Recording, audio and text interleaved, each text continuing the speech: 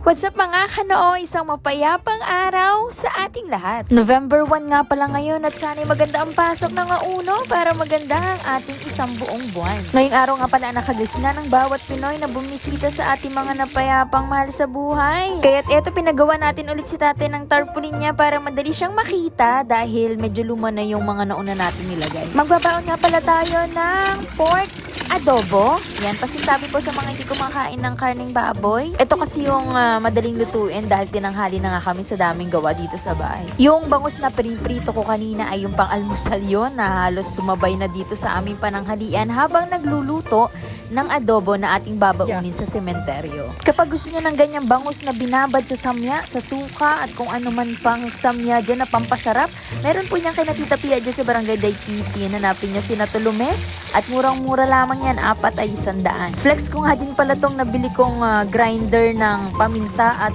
asin na binili ko sa TikTok. Parang 65 lang ang isa nito, di ba? Na ang lakas makastetik para magamit natin sa ating mga pagluluto at hindi siya nababasa kasi open po yung aming kitchen dito ay nababasa siya ng ulan. Feeling ko pag ganito safe naman siya at talagang fresh ang pagkakagrind ng buong paminta pag ito yung ginamit natin. O di ba ang syala, pabudol na rin kayo. Gaya nga ng nakagawian mga kanooy, magbabalat tayo at maggagayat ng ating mga samya. 2 buong sibuyas nga yan. Gagayatin po natin ng manipis na ganyan at syempre kalahating buo ng bawang para mas masarap. Samahan mo na rin ng siling green para medyo maanghang naman ang ating nulutong adobo. Paluto na nga itong ating bangus at pwede na tayong mag-almusal habang nagpe-prepare din ng ating adobo. O diba, dala-dalawa ang gawa ko ngayon. Para syempre dumami ang ating adobong baboy ay lagyan po natin ng 2 malaking buo ng patatas. Balatan lang natin, alisin natin kung ano mang merong mga may itim na part dyan at gayatin po natin ng sakto lang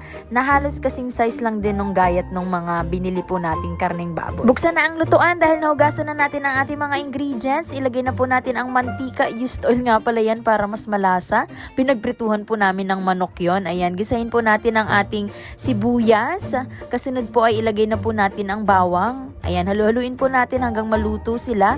At maghintay po tayo ng ilang mga minuto pa at sipagan po nating haluin to para naman syempre luto na siya.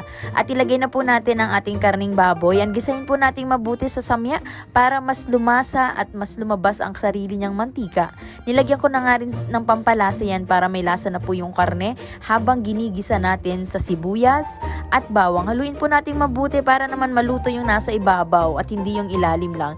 Ginamit ko na rin nga pala dito yung ating bagong biling grinder. O diba, parang may instant iodized salt ka kasi pinong-pino yung lalabas na asin dyan para may lasa na yung ating karne. Haluin po ulit natin at huwag tayong magsawang maghalo pala ng ating niluluto para maging pantay naman yung ating pagkakaluto. Takpan po natin at hintayin nating lumambot ang karne. Siguro ay magbigay tayo ng mga 20 minutes to 30 minutes na pagluluto at paglalaga para sobrang lambot ng karne na to.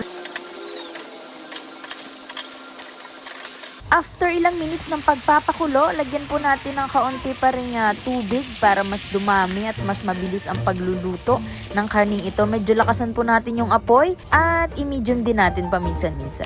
Napakape na nga tayo dito mga kanoo kasi ang mga 10:00 na ata yan at talagang kalam na ang sikmura natin kasi wala pa po tayong almusal sa sobrang daming gawa. At ayan na, luto na po ang ating bangus. Kain na po tayo. Tara kaibigan, kain tayo. Masarap ang ganitong prito. Pag isasawsaw sa sukang tuba na binabad sa bawang, paminta at sili. Nagkamay na nga ako dyan pero naghugas naman ako ng kamay syempre para mas masarap ang ating kain at talagang buhay probinsya. Habang kumakain napansin kong parang kailangan na nating haluin itong ating nilulutong karne at talagang napakasakit ng talsik ng mantika.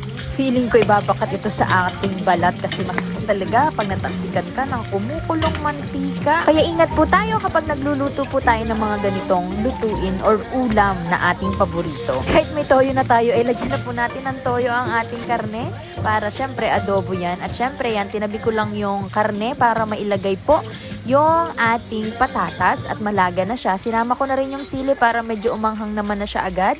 At ang 2 pisong laurel.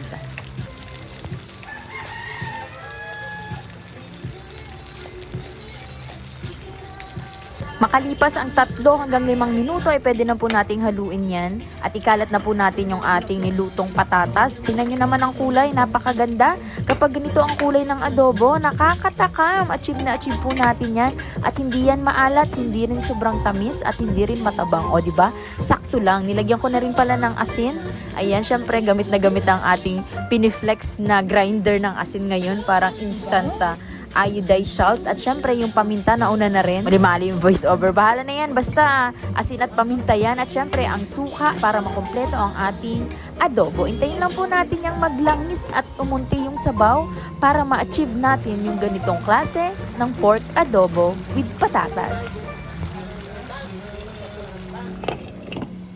Huwag nyo rin kakalimutan ng pampatamis, ang asukal. Naglagay ako siguro dito ng 3 kutsarang asukal para maging sweet ang ating adobo.